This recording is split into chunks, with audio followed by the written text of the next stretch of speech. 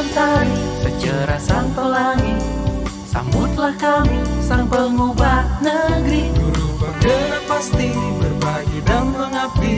Religi dan mandiri, solusi untuk negeri. Bergerak cerdaskan bangsa, gotong royong dalam satu irama. Merdeka belajar siswa, cerdas dan berkarakter Pancasila. Taklukkan rintangan yang ada, percaya yang kuasa guru penggerak akan. It's not just wonderful. Indonesia is a wonderland. Kota baru gunungnya Bamega, Bamega Bamanapur di Salangkara, Bamanapur di Salangkara. Batamu lawanlah Adinda, Adinda iman di dadara Semalaya, iman di dadara Semalaya. Sayang sayang si patokaan makai go tego gorokan. Sayang sayang sayang si patokaan makai go tego gorokan. Sayang sajojo sajojo yumadam komi sabapare samuna muna muna keke samuna muna muna keke. Soleram, soleram, soleram, anak yang manis, janganlah dicium, sayang kalau dicium merah pipinya. Kampuangan jauh di Mato, Kunwangsan sebaku liliang, takkan ajo kawan-kawanan lamo, sangke basuh yang surya.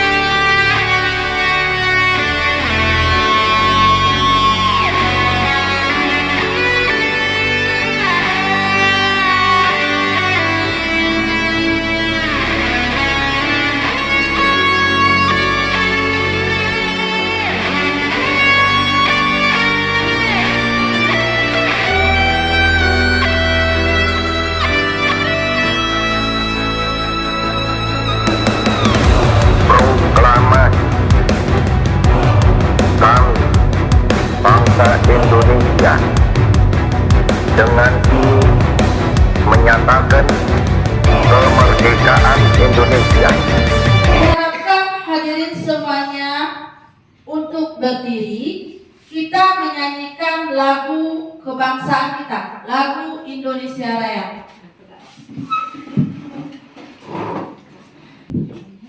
Satu, dua, tiga.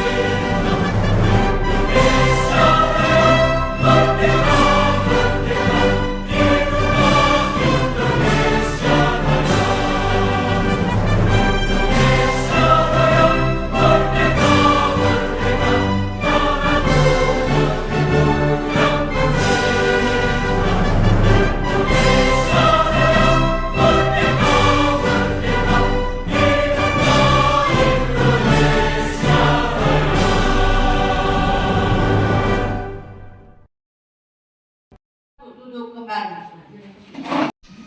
Assalamualaikum warahmatullahi wabarakatuh.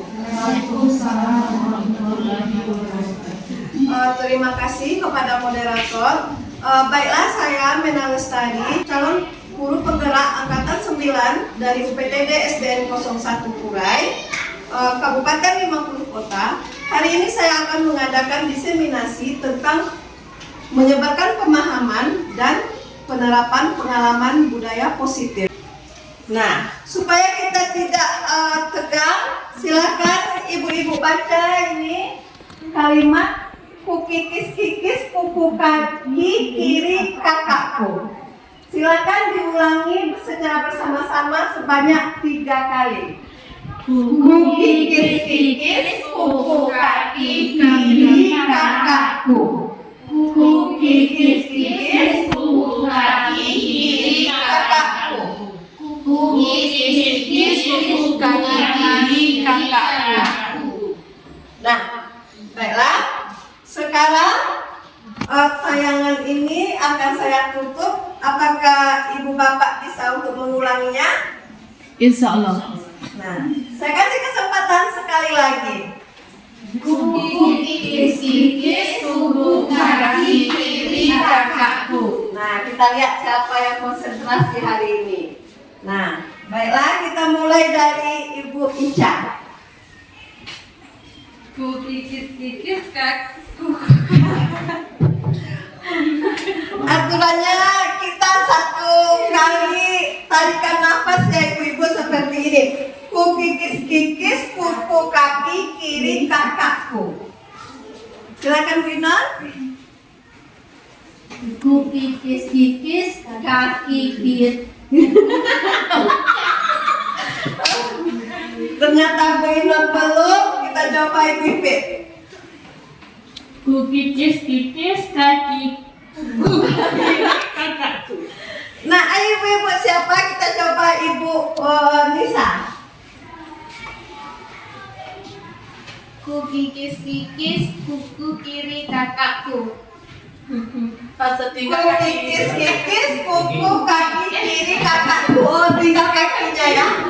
Nah, kita coba Bapak.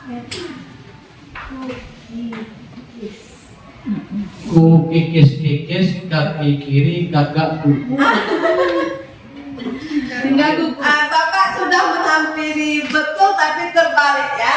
Nah, sekarang kita lihat apa yang benarnya. Yang betul kikis, kuku kaki kiri kakakku.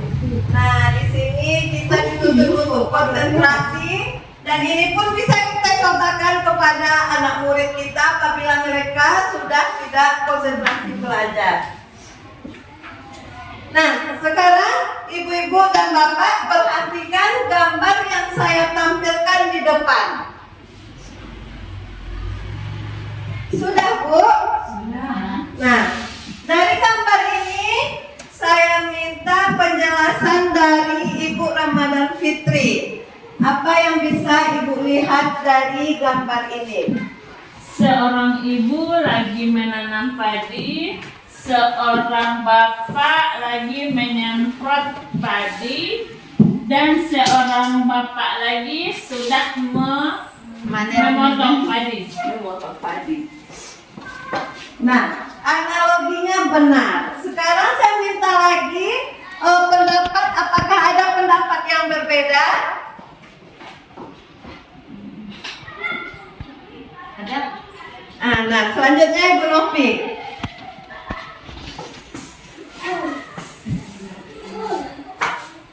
Gambar ilustrasi di depan itu adalah seorang petani yang merawat tanamannya mulai dari proses menanam sampai memanennya. Baiklah, dari dua jawaban yang diberikan oleh Ibu Ipit dan Ibu Novi, kedua-duanya benar. Ini adalah gambar dari seorang petani, di mana petani itu kalau mau menghasilkan sebuah tanaman, dia harus mulai dari menanam, merawat, dan akhirnya baru bisa memanennya. Ini sesuai dengan filosofi Ki Hajar Dewantara, yaitu di mana seorang anak itu atau anak didik kita diumpamakan sebagai tanaman dan kita sebagai petaninya, di mana kita di saat bertanam kita memiliki peranan penting agar tanaman tumbuh subur. Nah, jadi di sini tanaman padi tadi kita ibaratkan dengan anak murid kita, Bapak Ibu. Nah, setelah tanaman tumbuh subur, kita akan memastikan tempat atau tanahnya itu adalah tanah yang cocok untuk ditanami. Contohnya, di sawah yang berlumpur, apakah bisa kita menanam bunga mawar? Tidak. Nah, seperti itu. Berarti tanah yang dimaksud di sini adalah sekolah.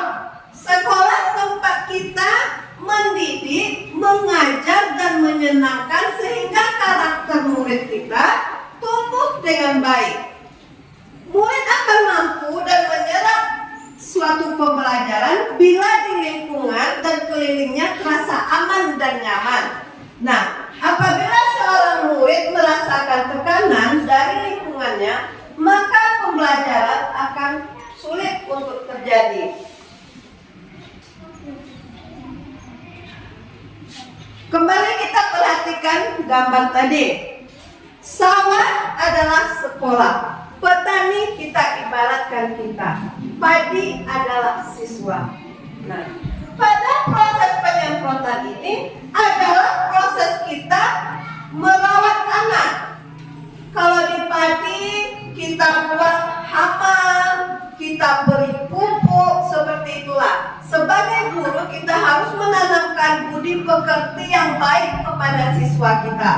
Harus menanamkan karakter, harus kita tanamkan etika dan saling peduli. Nah, ini sesuai dengan profil pelajar Pancasila, yaitu tentang berkebinekaan global, beriman dan bertakwa, gotong royong, mandiri, kreatif, dan bernalar kritis. Nah, saatnya memanen. Kalau kita memanen itu, kita ibaratkan anak murid kita sudah berhasil, bukan sebagai pejabat. Nah, anak murid yang berhasil itu diibaratkan oleh Ki Hajar Dewantara, yaitu anak murid yang memiliki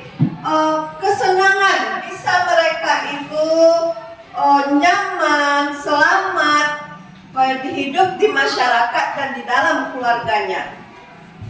Nah, jadi filosofi Ki Hajar Dewantara menitik beratkan salah satu tanggung jawab seorang guru adalah bagaimana kita menciptakan lingkungan yang positif bagi siswa kita, yang terdiri dari warga sekolah saling mendukung, saling belajar, saling menciptakan kebiasaan-kebiasaan baik, akan tumbuh menjadi karakter dan akan membentuk sebuah budaya positif. Nah, di sini warga sekolah yang saling mendukung.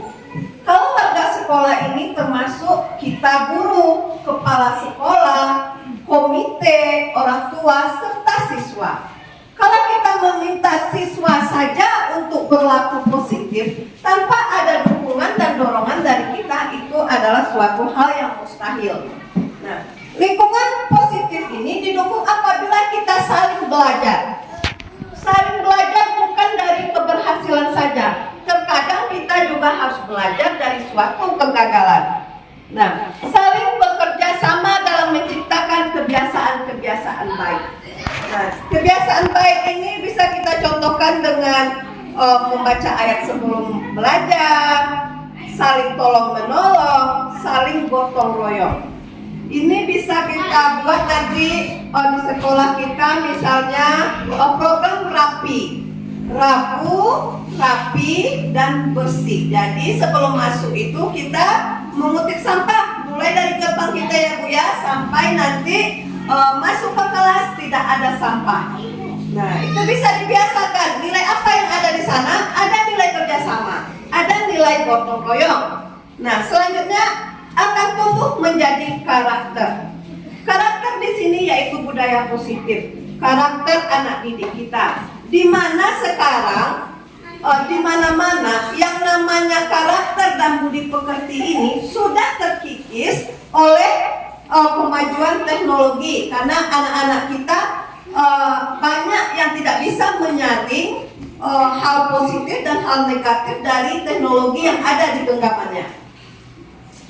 Selanjutnya tugas Bapak Ibu. Nah, kita praktekkan ya satu orang, Ibu Inon dan Ibu Ramadan Fitri. Tugasnya adalah mengepalkan satu tangan. Bayangkan Anda menyimpan sesuatu yang berharga. Tugas Bu Inon adalah menyuruh Bu Ipit membuka tangannya dengan berbagai cara. Kita beri waktu sebanyak 30 detik. Boleh digeliti, boleh dimarahi, boleh dirayu, atau bagaimanapun caranya. Nah, silakan. Satu tangan, dua tangan. Satu tangan. Yang buka minum. Nah, walaupun tampaknya guru sedang mengontrol perilaku murid, hal demikian terjadi karena murid sedang mengizinkan dirinya untuk dikontrol oleh guru. Kenapa dia mengizinkan? Karena dalam pikirannya, kalau ibu guru tidak saya ikuti, ujung-ujungnya nilai saya bisa rendah, atau nanti saya diajukan kepada orang tua. Jadi di sana dia memberikan salah satu ruang, yaitu izin untuk kita mengontrol dirinya. Nah, selanjutnya saat itu bentuk kontrol guru menjadi kebutuhan dasar yang dipilih murid tersebut. Teori ini menyatakan bahwa semua perilaku memiliki tujuan, bahkan terhadap perilaku yang tidak disukai. Yang kedua yaitu ilusi bahwa semua penguatan positif efektif dan bermanfaat. Nah, di sini ya Bapak Ibu, kita sering memberikan salah satu bujukan kepada siswa kita. Penguatan positif atau bujukan adalah bentuk-bentuk kontrol. Segala usaha untuk mempengaruhi murid agar mengulangi suatu perilaku tertentu adalah suatu usaha untuk mengontrol murid tersebut. Nah, di sini contohnya seperti kita menyuruh siswa untuk sholat di rumah. Kita suruh sejak pagi, kita ingatkan, kita suruh. Ternyata yang tidak melakukannya sebanyak 5 waktu, anaknya tetap itu saja. Nah, Inilah contohnya ya Bapak Ibu, kita suatu usaha untuk mengontrol murid tersebut dalam jangka waktu tertentu. Kemungkinan murid tersebut akan menyadarinya dan mencoba untuk menolak rujukan kita. Nah, bisa jadi murid tersebut tergantung kepada pendapat sang guru dan pujian sang guru. Contohnya, ada si Budi, hari ini dia tidak sholat. Kenapa nak? Oh, besok kalau kita sholat, ibu kasih hadiah. Nah, pada saat hari Selasa sholat dia, Rabu sholat, sampai akhirnya hari Sabtu saat pemberian hadiah dia sholatnya tidak pernah putus. Tetapi saat ditanyakan hari Senin, dia sudah tidak lengkap lagi sholatnya Bapak Ibu. Nah, berarti itu dia tergantung kepada pendapat guru untuk berusaha. Berarti guru ini digugu dan ditiru ya Bapak Ibu. Apa yang kita katakan kepada murid, itulah yang dilakukannya. Berarti hari Sabtu dia sholat mungkin sampai hari Minggu. Hari Minggu gurunya tadi, sosok gurunya tadi tidak ada. Jadi bolong lagi sholatnya. Untuk selanjutnya, ilusi bahwa kritik yang membuat orang merasa bersalah dapat menguatkan karakter. Nah, ini juga sering terjadi pada diri kita. Menggunakan kritik dan rasa bersalah untuk mengontrol murid menuju pada identitas gagal. Mereka belajar untuk merasa buruk tentang diri mereka. Mereka mengembangkan dialog diri yang negatif. Kadang-kala sulit bagi guru untuk mengidentifikasi bahwa mereka sedang melakukan perilaku ini. Karena sering guru cukup menggunakan suara halus untuk menyampaikan pesan negatif. Selanjutnya, ilusi bahwa orang dewasa memiliki hak untuk memaksa. Ini sering terjadi dan memang terjadi pada pendidikan tingkat SD dan TK, di mana usia anak SD dan anak TK ini memiliki kebutuhan orang dewasa sebagai panutannya. Kalau anak kita sudah di SMP, Bapak Ibu, mereka sudah bisa membedakan. Nah, di sini menggunakan kritik dan rasa bersalah untuk mengontrol murid menuju pada identitas gagal. Mereka belajar untuk merasa buruk tentang dirinya. Mereka mengembangkan dialog diri yang negatif. Kadang-kala sulit bagi guru untuk mengidentifikasi bahwa mereka sedang melakukan perilaku ini. Karena sering guru cukup menggunakan suara halus untuk menyampaikan pesan negatif. Nah, itulah beberapa hal yang kita anggap benar, ternyata salah menurut teori kontrol ini. Nah, bagaimana juga dibilang oleh pada stimulus respon kepada pendekatan teori kontrol Stephen Covey, yaitu dalam bukunya Principles Center Leadership tahun 91. Bila kita ingin membuat kemajuan perlahan, sedikit-sedikit, ubahlah sikap atau perilaku Anda. Namun, bila kita ingin memperbaiki cara-cara utama kita, maka kita perlu mengubah kerangka acuan kita.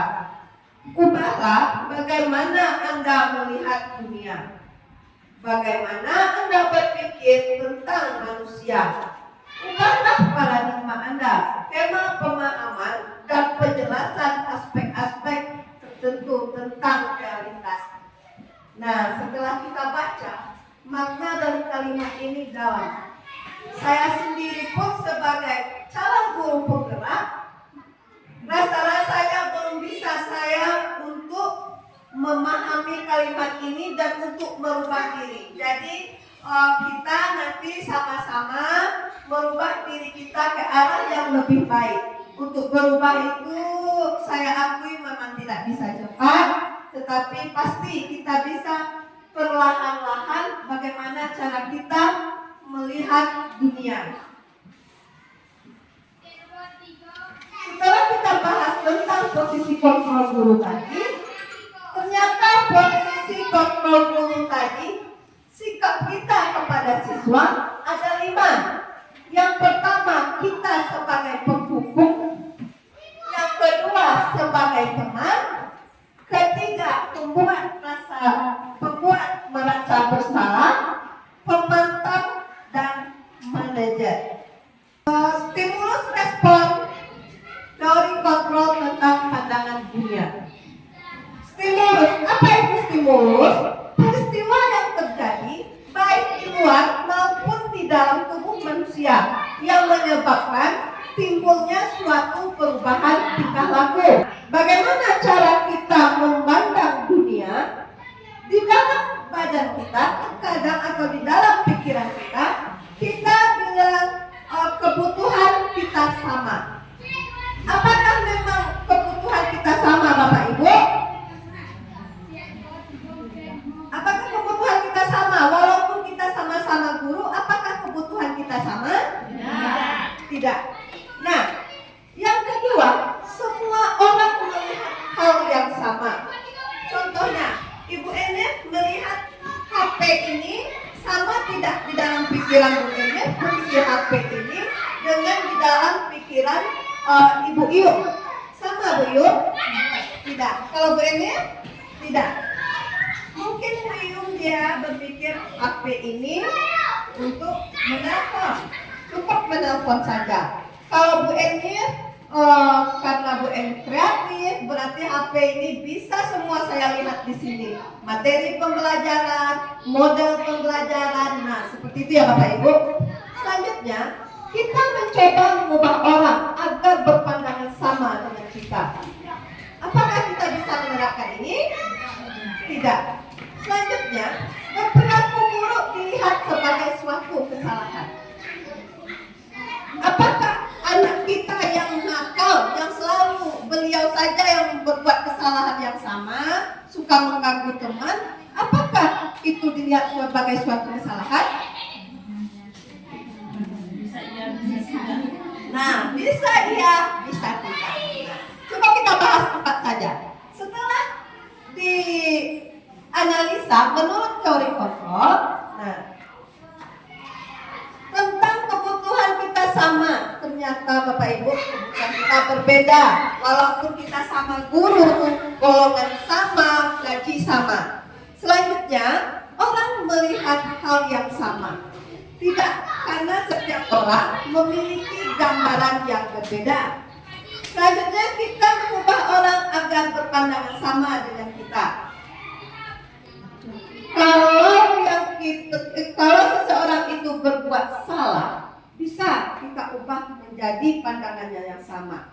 Tetapi kalau seseorang itu mempunyai pandangan yang berbeda, kita sebelum memberikan saran harus berusaha memahami pandangan orang lain terhadap permasalahan tersebut. Kita lanjutkan untuk membahas tentang 5 posisi kontrol guru. Yang pertama yaitu penghukum, di mana seorang penghukum bisa menggunakan hukuman fisik maupun hukuman verbal. Kalau hukuman fisik berarti kita melakukan kekerasan kepada siswa dengan menjewer kupingnya atau menyuruhnya untuk berbaris hormat kepada bendera dengan terlambat, itu termasuk hukuman fisik. Nah, kalau hukuman verbal yaitu dengan berkata-kata. Contohnya, patuhi aturan saya, kalau tidak awas ya. Nah, seperti itu ya Bapak Ibu ya. Nah, untuk selanjutnya posisi kontrol yang kedua yaitu sebagai pembuat merasa bersalah. Nah, pada saat ini guru biasanya bersuara lembut, membuat rasa bersalah menggunakan keheningan yang membuat orang lain merasa tidak nyaman. Contohnya, ibu sangat kecewa kali dengan kamu, atau berapa kali bapak harus memberitahu kamu ya, Nah, kalau kita berbicara seperti itu kepada anak SD, kira-kira dia merasa bersalah tidak Bapak Ibu? Sebagian merasa bersalah. Nah, sebagian ada yang merasa bersalah dan sebagian ada yang tidak. Nah, pada posisi ini murid akan memiliki penilaian diri yang buruk tentang diri mereka. Murid akan merasa tidak berharga dan telah mengecewakan orang-orang yang disayanginya. Selanjutnya yang ketiga, yaitu guru pada posisi teman. Nah, sebagai teman, pada posisi ini tidak akan menyakiti murid, namun tetap akan berupaya mengontrol murid melalui sebuah persuasi. Pemantau. Kalau pemantau berarti kita mengawasi. Pada saat mengawasi, kita bertanggung jawab atas perilaku orang-orang yang kita awasi. Pada posisi ini, pemantau berdasarkan peraturan-peraturan dan konsekuensi dengan menggunakan sanksi dan konsekuensi yang sudah kita setujui bersama murid kita. Posisi yang terakhir adalah posisi sebagai manajer. Nah, posisi yang terbaik di antara 5 posisi guru, di antara penghukum, pembuat rasa bersalah, pemantau dan teman, manajer ini memiliki posisi puncak, di mana posisi ini guru berbuat sesuatu bersama muridnya, mempersilahkan murid mempertanggungjawabkan perilaku, mendukung murid agar dapat menemukan solusi atas permasalahannya sendiri. Nah, kalau manajer ini nanti akan kita bahas, ada yang namanya teori segitiga restitusi. Baiklah, sekarang kita akan melaksanakan game.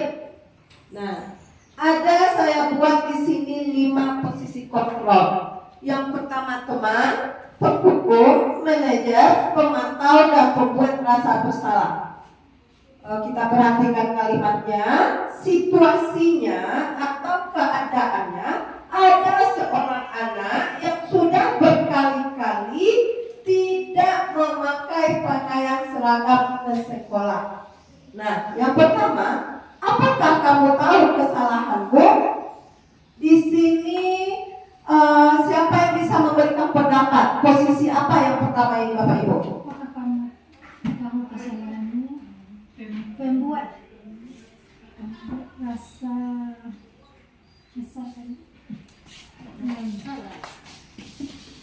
membuat rasa bersalah. Oh, baiklah, kita coba pembuat rasa bersalah. Apakah dia benar? Nah, yang kedua selanjutnya, untuk yang kedua adalah yang tertib. Bu Guru bangga, kali ini tidak apa-apa kamu salah. Pengukuhan. Sebagai teman. Perhatikan lagi kalimatnya. Adalah yang tertib buat Bu Guru bangga. Kali ini tidak apa-apa kamu salah. Sebagai apa, Bu? Manajer, penasehat, Pemantau. Kita coba ya Bapak Ibu.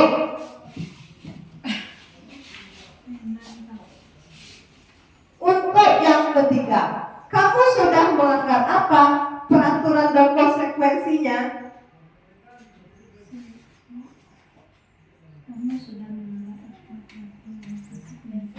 Tadi kita patokan kalau kita sebagai pemantau acuannya adalah peraturan dan konsekuensi. Bukankah lebih baik yang ketiga ini kita buat pemantau? Setuju Bapak Ibu?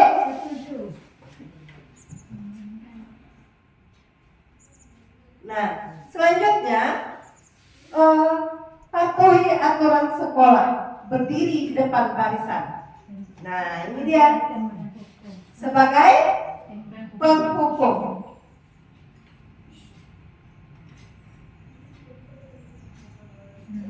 Tinggal 2 lagi. Berapa kali Bu Guru harus memberitahu kamu? Bu Guru kecewa sama kamu. Sebagai teman atau manajer? Nah, yang teman berapa orang? Silakan angkat tangan. Berapa kali teman? Cuman 2 orang. Berarti yang 4 orangnya sebagai manajer ya Bapak Ibu. Nah, kita letakkan di sini sebagai manajer dan di sini sebagai teman. Kita lihat apakah jawaban kita ini benar. Nah, karena ada 1 yang salah. Oh iya, karena ada 2 yang salah, berarti ada pembuat rasa bersalah. Terbaliknya Bapak Ibu, harusnya berapa kali Bu Guru harus memberitahu kamu, Bu Guru kecewa sama kamu. Berarti merasa bersalah siswa kita ya Bapak Ibu. Manajer apa kamu tahu juga? Nah, kalau manajer, apakah kamu tahu kesalahanmu? Berarti kita menggali siswa, bukan kita yang menunjukkan kesalahannya. Dia yang akan memberikan solusi kepada permasalahannya sendiri. Setelah kita mempelajari tentang posisi kontrol ini, kita akan lanjut dengan budaya positif selanjutnya. Apapun kesalahan, tindakan itu jika dilakukan oleh seseorang, berarti mereka mempunyai tujuan. Saya berbuat salah seperti ini, pasti saya punya tujuan. Saya berbuat benar, saya pasti punya tujuan. Ini kenapa? Karena ada 3 motivasi perilaku manusia. Yang pertama yaitu untuk menghindari ketidaknyamanan atau hukuman. Nah, anak-anak di sekolah kita suka tidak suka pasti dilakukannya semua. Karena dia menghindari rasa tidak nyamannya. Yang kedua, untuk menjadi orang yang mereka inginkan dan menghargai diri sendiri dengan nilai-nilai yang mereka percayai. Yang ketiga, untuk mendapatkan imbalan atau penghargaan dari orang lain. Mau tidak kita akui, tetapi di dalam diri kita pribadi masih ada 3 motivasi perilaku manusia ini. Nah, selanjutnya, untuk menghindari ketidaknyamanan atau hukuman, ini ternyata adalah tingkat terendah dari motivasi perilaku manusia. Biasanya orang yang motivasi perilakunya untuk menghindari hukuman atau ketidaknyamanan akan bertanya pada diri sendiri, apa yang akan terjadi apabila saya tidak melakukannya? Sebenarnya mereka sedang menghindari permasalahan yang mungkin muncul dan pengaruh pada mereka secara fisik, psikologis maupun tidak terpenuhinya kebutuhan mereka. Bila mereka tidak melakukan tindakan tersebut, motivasi ini bersifat eksternal, berarti dari luar. Kalau sebagai siswa, ini seperti membuat PR ya Bapak Ibu, membuat tugas. Nah, kita ada LKPD, karena waktu kita tidak cukup, kerjakan di rumah. Baik Bu, semangat sekali anak kita ini pulang sekolah ya Bapak Ibu, bawa LKPD. Ternyata kepala si anak tadi membuat tugas. Besoknya dia mengerjakan secara acak. Kenapa? Dikerjakan sampai di sekolah buru-buru, tidak sempurna. Kenapa? Ini dia untuk menghindari ketidaknyamanan atau hukuman. Nah, ini motivasi yang bersifat eksternal atau motivasi yang bersifat dari luar. Kalau saya tidak mengerjakan ini, berarti saya nanti ditegur Bu Guru, membuat saya tidak nyaman, seperti itu. Selanjutnya, untuk menjadi orang yang mereka inginkan dan menghargai diri sendiri dengan nilai-nilai yang mereka percaya. Orang dengan motivasi ini Bapak Ibu akan bertanya, akan menjadi orang seperti apa apabila saya melakukannya. Nah, siswa kita melakukan sesuatu karena nilai-nilai yang mereka yakini dan mereka hargai. Dan mereka melakukan karena ingin menjadi orang yang melakukan nilai-nilai yang mereka yakini tersebut. Ini motivasi yang akan membuat seseorang memiliki disiplin positif. Karena ini sudah eksternal. Jadi kalau internal ini Bapak Ibu sudah bersifat jangka lama, bukan eksternal lagi. Untuk yang ketiga, untuk mendapatkan imbalan atau penghargaan dari orang lain. Kalau siswa kita tingkatnya yang motivasi pertama, di sini orang berperilaku untuk mendapatkan imbalan atau penghargaan. Orang dengan motivasi ini akan bertanya, apa yang akan saya dapatkan apabila saya melakukannya? Tidak bisa dihindari kalau misalnya kita memang sering mengiming-imingi kepada siswa. Nah, apabila kamu nanti menjadi juara 1 atau perilakumu berubah, itu akan memberikan reward untuk kamu. Nah, ternyata reward atau hadiah atau imbalan ini adalah sebuah motivasi eksternal dari luar. Kalau motivasi eksternal ini mereka akan berbuat karena sesuatu hal yang akan mereka dapatkan, bukan dari diri mereka sendiri. Menurut Bapak Ibu, dari ketiga motivasi tadi, motivasi mana yang saat ini paling banyak mendasari perilaku murid kita di sekolah? Mendapatkan penghargaan ataukah untuk menghindari ketidaknyamanan atau menjadi orang yang mereka inginkan? Iya Bapak, betul Pak. Anak kita di sekolah masih menghindari ketidaknyamanan karena mereka berbuat sesuatu itu pasti untuk menghindari melanggar aturan yang sudah kita sepakati bersama. Sampailah kita pada tujuan dari disiplin positif.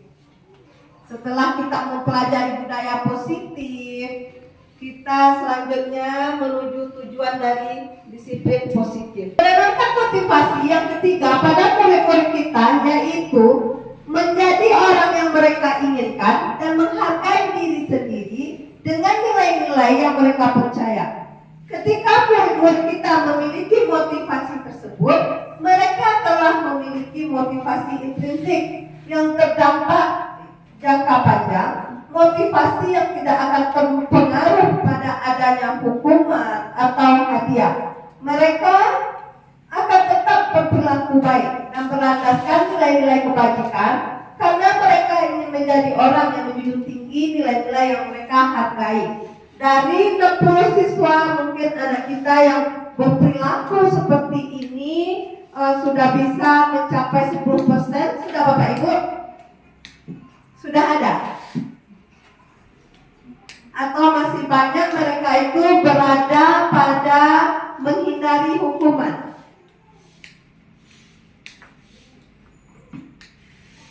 Nah, karena tadi kita sudah membahas tentang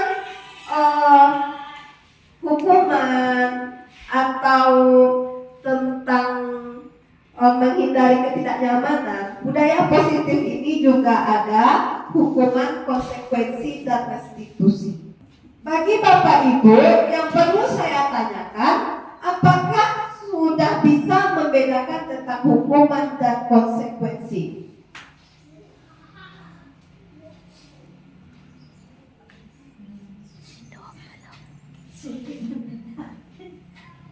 Baiklah, ternyata sulit ya Bapak Ibu. Ya, restitusi nanti saya jelaskan karena ini memang baru, saya pun baru mendapatkan di guru penggerak. Jadi kita yang selama ini kita hukum berdasarkan konsekuensi. Nah, kita kan seperti itu. Ternyata hukuman dan konsekuensi ini jauh berbeda. Nah, kalau hukuman bersifat tidak terencana, tetapi tiba-tiba datang anak terlambat hari ini. Oh, ini anak ini tetap juga si A yang terlambat tiap hari ya.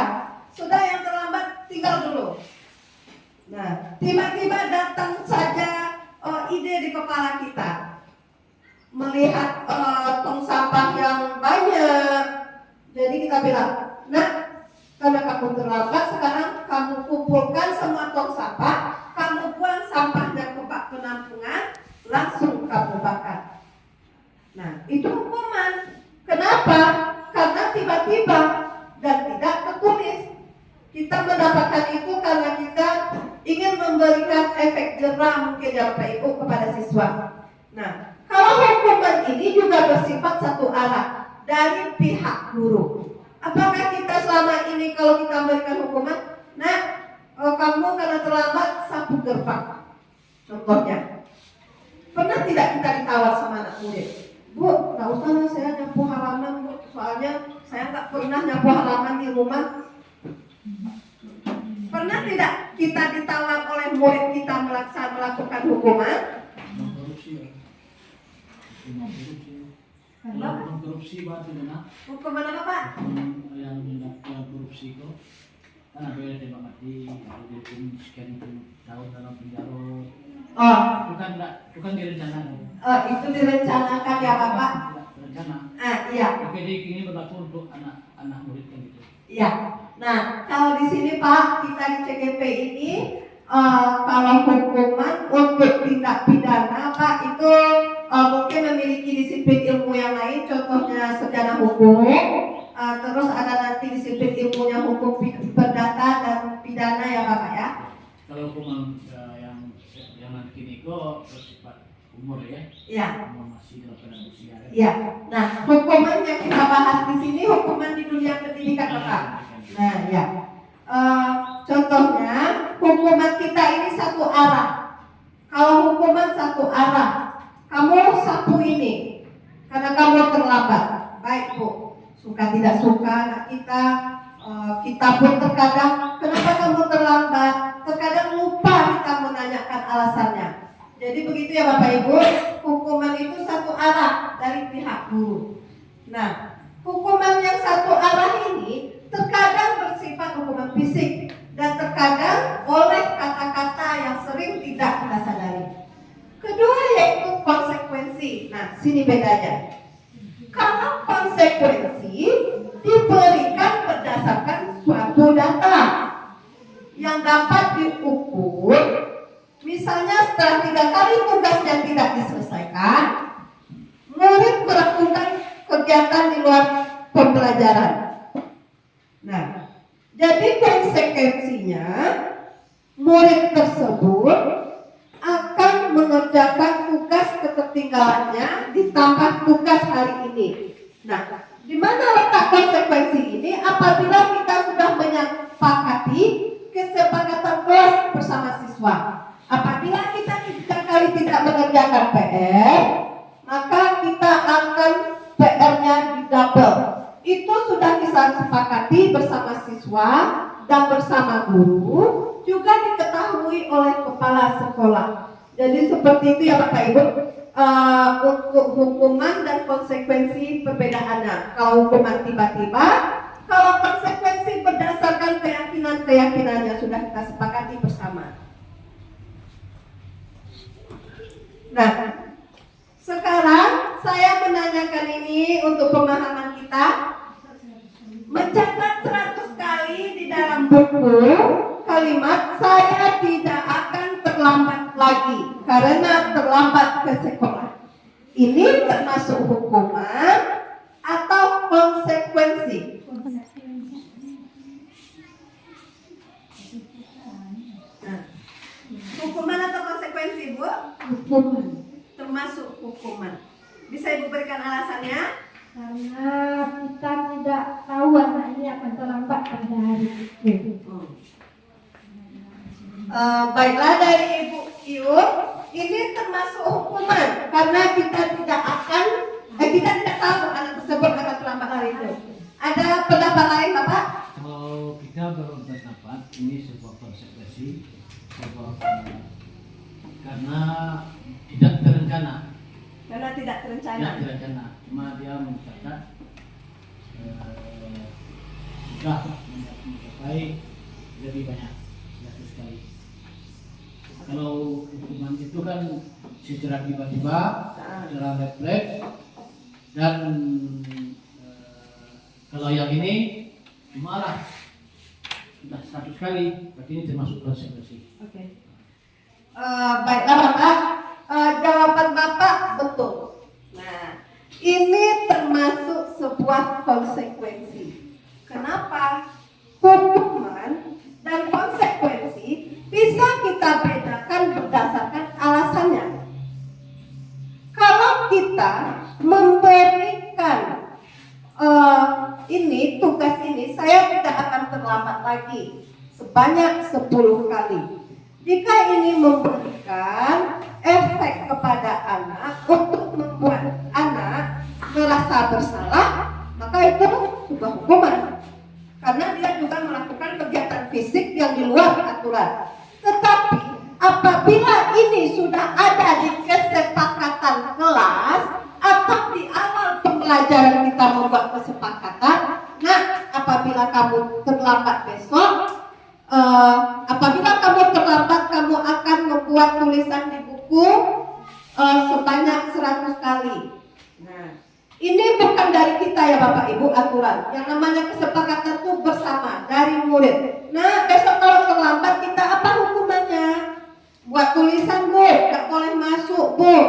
Belajar di luar. Kalau belajar di luar mungkin tidak mungkin ya Bapak Ibu karena hak anak untuk mendapatkan pengajaran. Jadi kita berikan saja konsekuensinya. Setuju semua? Setuju. Nah, berarti siapa yang terlambat maka dia akan menulis di buku. Nah, berdasarkan alasan ya Bapak Ibu ya. Kalau untuk efek jerah berarti itu hukuman. Membuat dia merasa bersalah berarti hukuman. Kalau konsekuensi kita sepakati bersama anak dulu. Kalau sudah sepakat berarti konsekuensi. Nah, yang ketiga yaitu segitiga restitusi. Di sini adalah posisi tertinggi seorang guru, di mana posisi segitiga restitusi ini atau teori dari segitiga restitusi ini adalah posisi manajernya seorang guru. Apabila kita melakukan atau menciptakan kondisi ini, kita sudah berada di level guru yang paling tinggi. Restitusi ini yaitu proses menciptakan kondisi bagi murid untuk memperbaiki kesalahan mereka sendiri sehingga mereka bisa kembali pada kelompok mereka dengan karakter yang lebih kuat.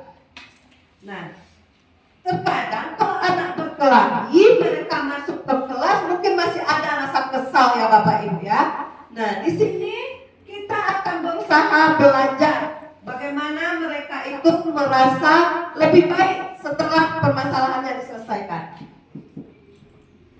Nah, segitiga restitusi ini juga merupakan proses kolaboratif yang mengajarkan murid untuk mencari solusi untuk masalah mereka dan membantu murid berpikir tentang orang-orang seperti apa yang mereka inginkan dan bagaimana mereka harus memperlakukan orang lain.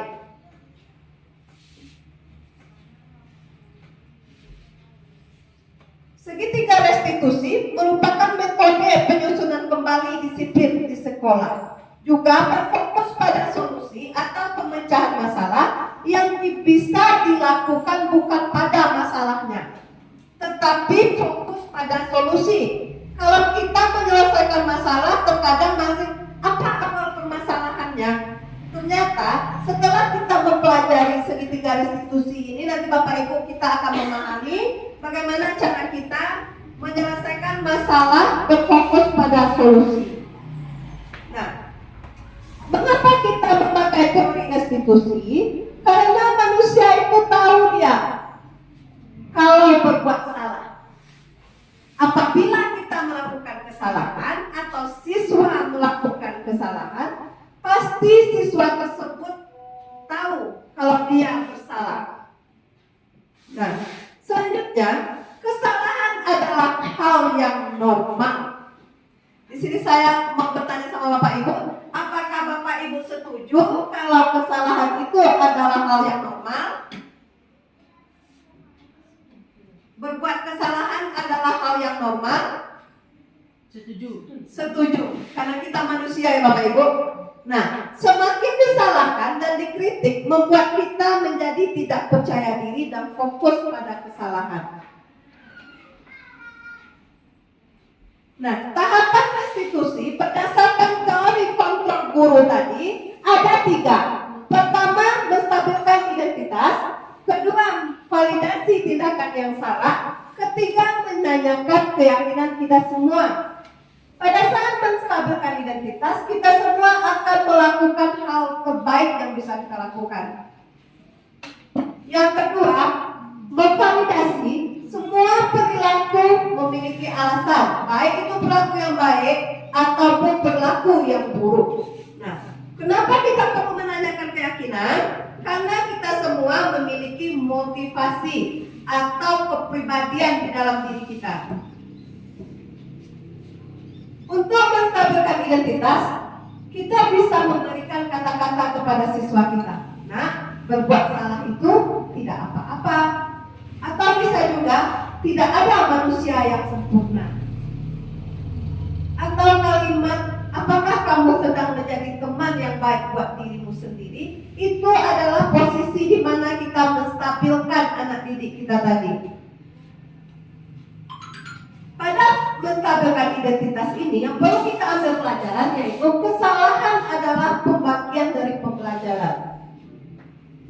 Menstabilkan identitas juga merupakan dasar dari segitiga restitusi yang bertujuan mengubah identitas anak yang bersalah menjadi dari orang yang gagal menjadi orang sukses. Jadi ketika dia merasa bersalah, dia merasa dia gagal, setelah melakukan restitusi ini, dia akan lebih baik lagi. Oh, ternyata kesalahan itu biasa. Nah, selanjutnya, menstabilkan identitas anak juga membantu membuat anak kita menjadi tenang.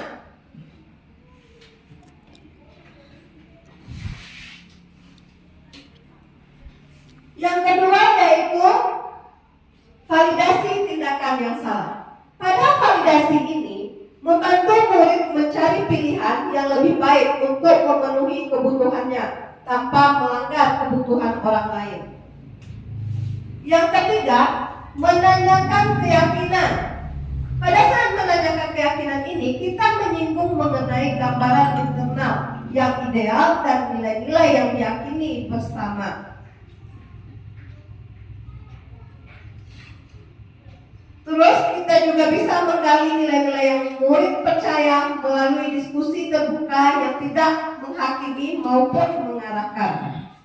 Pada saat menanyakan keyakinan, kita bisa